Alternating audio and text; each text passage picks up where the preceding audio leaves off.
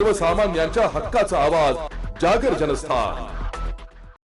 महापालिकेच्या प्रभाग क्रमांक 18 मधून निवडून आलेले भाजपाचे नगरसेवक शरद मोरे यांच्यावर शिंदे गटाचे नेते पवन पवार यांच्या कार्यकर्त्यांनी हल्ला केल्याची घटना सायंकाळी घडली आहे। हल्लेखोर हे पवार यांचेच समर्थक असल्याचं मोरे यांनी सांगितलंय। प्रभाग क्रमांक 18 मधून पवार यांच्या मातोश्री आशा पवार यांना ठाकरे गटाने उमेदवारी दिली होती, तर भाजपकडून मोरे हे उमेदवार होते। चुरशीच्या झालेल्या आधारित आशा पवार यांचा पराभव झालाय। सायंकाळी मोरे हे त्यांच्या मोरे मळ्यातील निवासस्थानी अभ्यंगतांच्या शुभेच्छा स्वीकारत होते। यावेळी पवार यांचे 2 कार्यकर्तेही शुभेच्छा देण्याच्या बहाण्याने आले। त्यांनी मोरे यांच्याशी हस्तांदोलन केल्यानंतर एकाने थेट त्यांच्या श्रीमुखात भडकावले। अचानक झालेल्या हल्ल्याने मोरे कुटुंबीय हादरून गेले। अर्धांगवायूचा झटका आल्याने मोरे काही दिवस हॉस्पिटलमध्ये ऍडमिट होते। नुकतेच ते घरी आले होते। संघाचे पदाधिकारी आचार्य तुषार भोसले यांनी मोरे यांची भेट घेऊन विचारपूस केली। जागर जनस्थानसाठी प्रतिनिधी संदीप नवसे, नाशिक। प्रभाग क्रमांक 18 मधून श्रीयुत शरद चिंतामण मोरे सर हे आज भरघोस मतांनी जनतेच्या आशीर्वादाने निवडून आले आणि लोकशाहीच्या या उत्सवामध्ये जनतेच्या आशीर्वादाने, जनतेच्या समर्थनाने निवडून आल्यानंतर या ठिकाणी मी ज्या वेळेला त्यांचं अभिनंदन करायला आलो त्यावेळेला मला हे माहिती पडलं की या ठिकाणी काही 2 गुंड येऊन त्यांनी मारहाण केली। त्यांच्याकडे पिस्तूल सुद्धा होती आणि एक सुसभ्य सुसंस्कृत व्यक्ती ज्याला जनतेचं समर्थन मिळतं, पण अशा परिस्थितीमध्ये आणि त्यांची प्रकृती सुद्धा ठीक नाहीये। गेल्या 3 दिवसापूर्वी त्यांना अर्धांगवायूचा झटका आला होता। ते 3 दिवस इस्पितळात दाखल होते आणि अशा परिस्थितीमध्ये सुद्धा ते जनतेमध्ये गेले, जनतेचा आशीर्वाद मागितला आणि जनतेने त्यांना तो दिला। पण लोकशाहीचा कौल मान्य न करता कुठेतरी आपली गुंड प्रवृत्ती आणि ठोकशाही दाखवायची अशा माध्यमातून हा 2 गुंडांनी प्रयत्न केला। पण नाशिक हा कायद्याचा बालेकिल्ला आहे। माननीय मुख्यमंत्री आणि गृहमंत्री देवेंद्रजी फडणवीस यांचा पूर्णपणे वॉच या शहरावरती आहे आणि मला खात्री आहे की पोलीस यांच्या मुसक्या आवळतील आणि ज्यांनी हा भ्याड प्रयत्न केलाय त्यांच्या मुसक्या आवळून त्यांची जागा तुरुंगात ते निश्चित करतील। आज महानगरपालिका 2026च्या सार्वत्रिक निवडणुकीचा निकाल जाहीर झाला। प्रभाग क्रमांक 18 मधून अनुसूचित जाती प्रवर्गातून मी जनतेच्या आशीर्वादाने निवडून आलो। निवडून आल्यानंतर अनेक माझे चाहते, आमचे कार्यकर्ते, गावकरी, ग्रामस्थ, सर्व कार्यकर्ते या ठिकाणी मला शुभेच्छा देण्यासाठी, अभिनंदन करण्यासाठी माझ्या निवासस्थानी येत होते।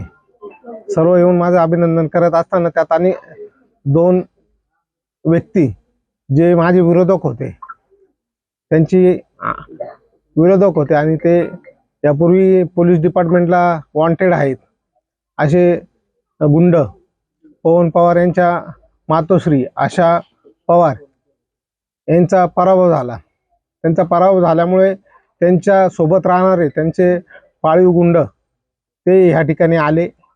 मला वाटलं कोणी कार्यकर्ते आले माझं अभिनंदन करण्यासाठी। मी हात पुढे करायला गेलो तर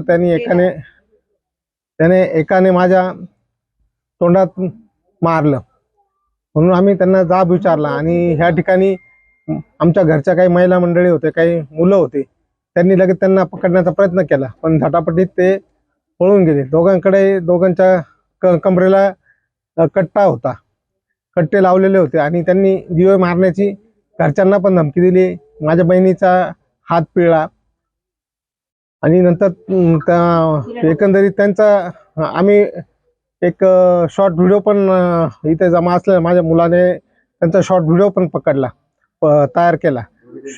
शॉर्ट व्हिडिओमध्ये त्यांचे एक यश गरुड आणि दीपक सदाकळे असे त्यांचे नाव आहे। त्या व्यक्तींना मी चेहऱ्याने नेहमी ओळखतो। सार्वजनिक जीवनात वेगवेगळ्या धार्मिक कार्यक्रमात जात असताना गुंड पवन पवार यांच्या सोबत ते नेहमी असतात आणि मी समोर आल्यानंतर मला थोडा डाऊट आला की हे माझ्या समोर आल्यानंतर हे इकडे काय करतात, पण मला असं वाटलं एक मैत्रीपूर्व शुभेच्छा देण्यासाठी आलेले असावेत।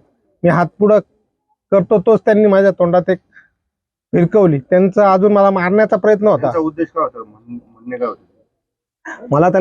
मला कदाचित मारण्याचा उद्देश होता, परंतु महिला मंडळ इथं सतर्क होते आणि आमचे फॅमिली मेंबर्स असल्यामुळे त्यांनी लगेच त्यांना पकडण्याचा प्रयत्न केला, त्यामुळे त्यांचा डाव तो फसला आणि त्यांनी इथून पलायन केलं. याविषयी तुम्ही काही तक्रार वगैरे नाही? यावेळेस आता मी आमच्या पक्षाचे पदाधिकारी, आमचे प्रदेश समन्वयक आध्यात्मिक आघाडीचे आमचे तुषारजी भोसले यांना याची प्राथमिक स्वरूपात माहिती दिली. त्यानंतर आपले आमदार राहुल भाऊ डिकले यांना याची माहिती दिली आणि डिपार्टमेंटशी पण आम्ही संपर्क साधून ही सविस्तर घटनेची त्यांना माहिती दिलेली आहे. आता परंतु इथं आम्ही त्यांची रीतसर पोलीस डिपार्टमेंटकडे तक्रार करणार आहोत. परंतु इथे एक 2-2.5 महिन्यापासून कायद्याचा बालेकिल्ला हा म्हणून नाशिक जिल्हा ओळखला जात आहे, परंतु कायद्याचा बालेकिल्ला असल्याचा धाक ह्या गुंडांना राहिलेला नाही आणि त्यामुळे इथल्या एक चांगला सुसंस्कृत व्यक्ती निवडून येतो आणि एक गुंड प्रवृत्तीचा पराजय होतो, म्हणून ते त्यांना जिवारी लागलेलं आहे आणि ते त्यांना कुठेतरी पचलं नाही, म्हणून त्यांचा रोष आणि त्यांची दहशत दाखवण्यासाठी आणि आम्ही काय नाशिकच्या बालेकिल्ल्याला घाबरत नाही हे दाखवण्यासाठी त्यांनी एक प्रकारचं आव्हान करून या ठिकाणी एक दहशत निर्माण करण्याचा प्रयत्न केलेला आहे.